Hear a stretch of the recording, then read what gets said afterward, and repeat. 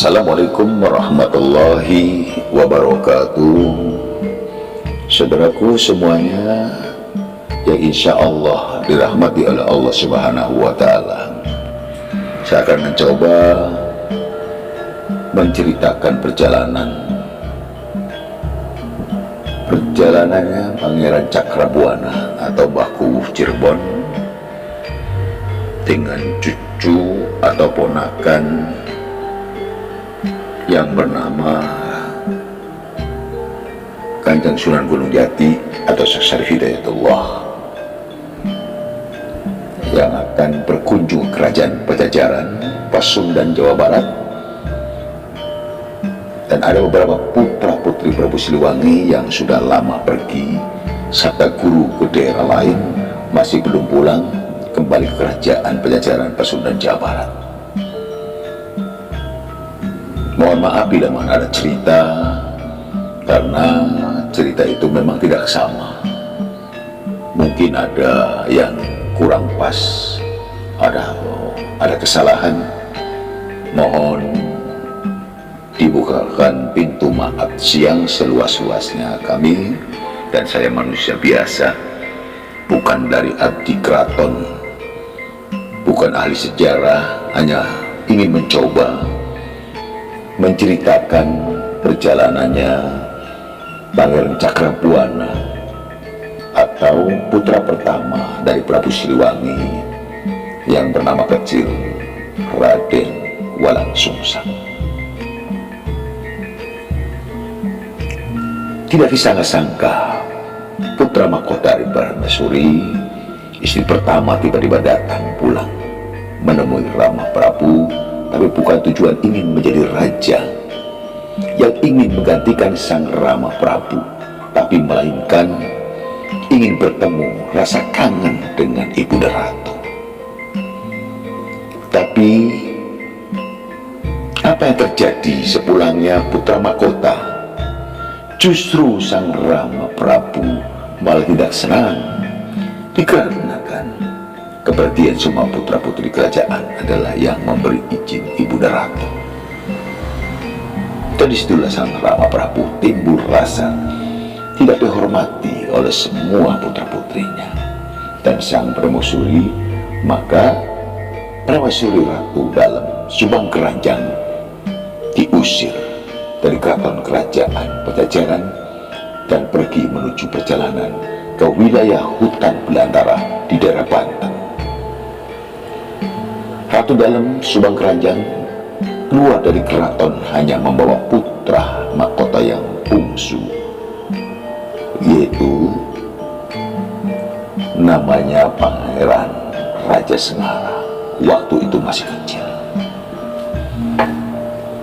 Selama berada dalam hutan, tidak disangka-sangka ada seorang putri usia masih kecil, masih belia muda, masih kecil banget, dan putri Banten itu ingin diaku jadi anaknya oleh ratu dalam Subang Kerajaan.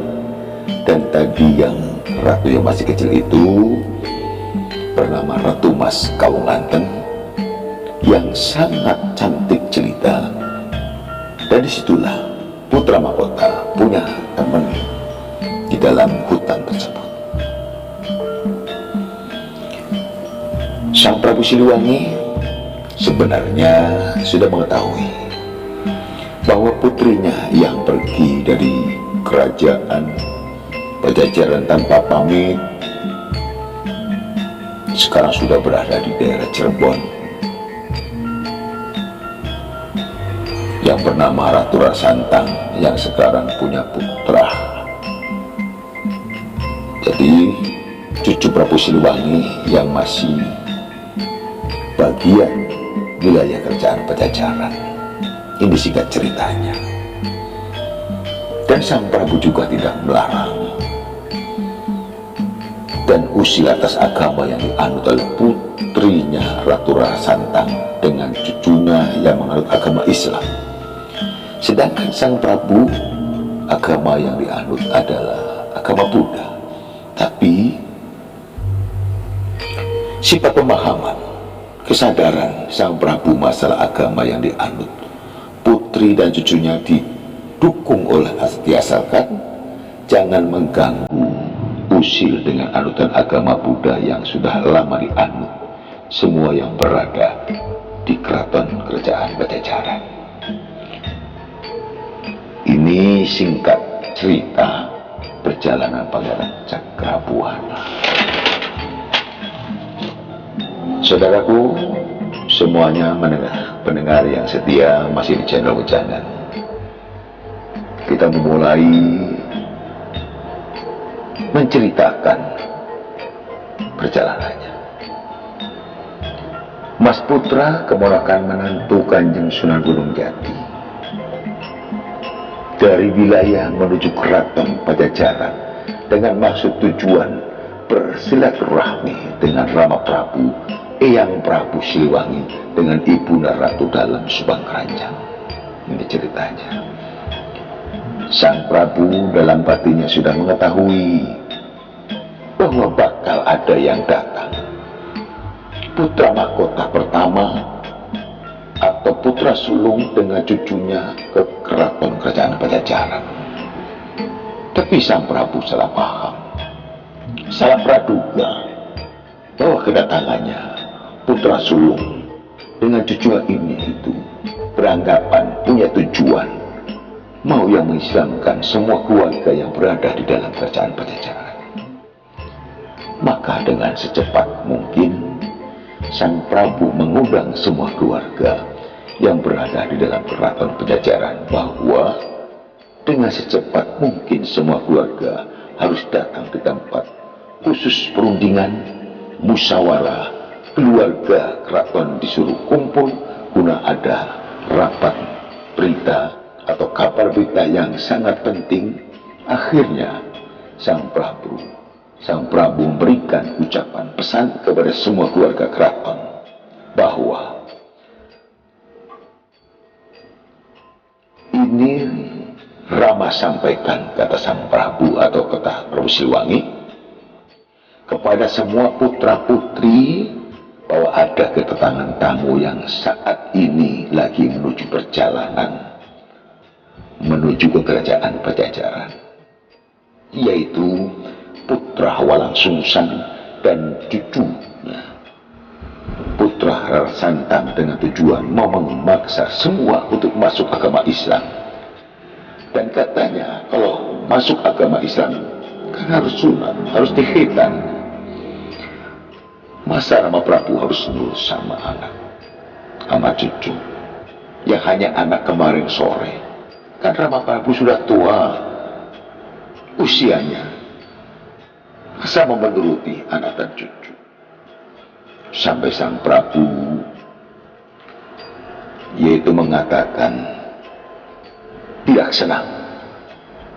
Maka dari itu, wahai semua yang masih di dalam keraton Pajajaran, mengatur dan memerintah semua keluarga disuruh semua rapi-rapi dan jangan sampai keduluan kedatangan putra Walang Sungsang dengan cucu. Maka dari hasil rapat musyawarah, Sang Prabu mengatakan akan membawa semua isi keraton dan keluarga diangkat dengan hilang oleh Sang Prabu. Dan kebetulan sekali kerajaan itu dengan kejadian merah hilangnya keraton Pajajaran pada malam bulan purnama, bahwa Sang Prabu membacakan mantra aji kemeradan atau hilangnya keraton dan pusaka dari kerajaan Karuhun agama Buddha yang dipegang oleh Sang Prabu, yaitu yang bernama pusaka Sadalana atau Sada Bujenggi. Terus pusaka tersebut ditancapkan ke tanah dalam keraton Pajajaran. Sekejap mata yang terjadi secepat kilat hilangnya keraton Pajajaran dan berubah wujud, timbul jadi hutan belantara dan jadi gunung Malewung-Lewung. Dan sang Prabu tiba-tiba muncul tampak di atas mega dengan diiringi para bidadari dan para kesatria sampai ke atas dan kututup awan sampai tidak kelihatan kututup mega-mega. Saudaraku, ada cerita pula ada salah satu putri yang bernama Ratu Dewi Mendapa yang tertinggal tidak ikut sang Prabu dikarenakan Ratu Dewi Mendapa berada di luar keraton Pajajaran. Tetapi Ratu Dewi Mendapa tersebut masih memegang pusaka Sadalanang atau Sada Bujenggi itu dengan tujuan mau menyusul sang Prabu. Tapi apa yang terjadi? Begitu pusaka ditancapkan ke bumi, alhasil tidak berhasil. Malah nyasar dan bingung tidak ketemu dengan sang Prabu. Sampai nyasar menyeberang keluar Pulau Jawa dan sampai di tengah-tengah hutan Andalas Sumatera, dan tidak sangka sampai bertemu dengan tempat pertapaan Gunung Padang. Dan Ratu Dewi Mendapa sabda guru dengan Begawan Suwarsa. Dan ada lagi menceritakan salah satu putra Buddha, Prabu Siliwangi, yang tertinggal hilangnya keraton Pajajaran. Saudara kandung Ratu Dewi Mendapa yang bernama Prabu Pucuk Umut lagi semedi duduk sampai ambles ke dalam bumi. Kejadian tersebut berbarengan dengan hilangnya keraton Pajajaran pada waktu malam Jumat Kliwon Purnama Sidik, yaitu bulan purnama. Jadi artikan Purnama Sidik itu adalah mengambil dari kepercayaan kejawen masyarakat Jawa Barat Pasundan, yaitu malam purnama, artinya malam Jumat Kliwon. Dan sampai kapanpun secara lumrah bahwa malam Jumat Kliwon itu malam dimuliakan dan dihormati, bahkan malam keramat, malam barokah. Sebab malam Jumat Kliwon itu malam yang sangat istimewa dikarenakan ada kejadian sejarah dari leluhur Pasundan yang Prabu Siliwangi atau sang Prabu Siliwangi, sang raja, meninggalkan bumi Pajajaran. Maka malam Jumat Kliwon, malam Purnama Sidik, di tempat manapun masih dimuliakan atau diistimewakan. Ringkas sejarah bahwa menerangkan kata dari Purnama Sidik itu adalah Jumat. Itu adalah bahasa Arab, artinya kumpulan atau kumpulan. Sedang Kliwon artinya pembajeng. Jadi ketemunya nama hari dari pasaran Jumat Kliwon itu adalah hari dan malam sakral, istimewa, dan hilangnya atau hitungan harinya ketemu pasaran Jumat Kliwon lagi, yaitu 35 hari sekali adanya. Dan Purnama Sidik artinya terang bulan, dan kejadiannya terang bulan pada tanggal Jawa, yaitu tanggal 14 Jawa, dengan bentuk bulan pas dan terang. Maka malam Jumat Kliwon tanggal 14 Jawa bisa dinamakan malam istimewa dan malam yang paling dihormati sampai seluruh masyarakat 10 Jawa.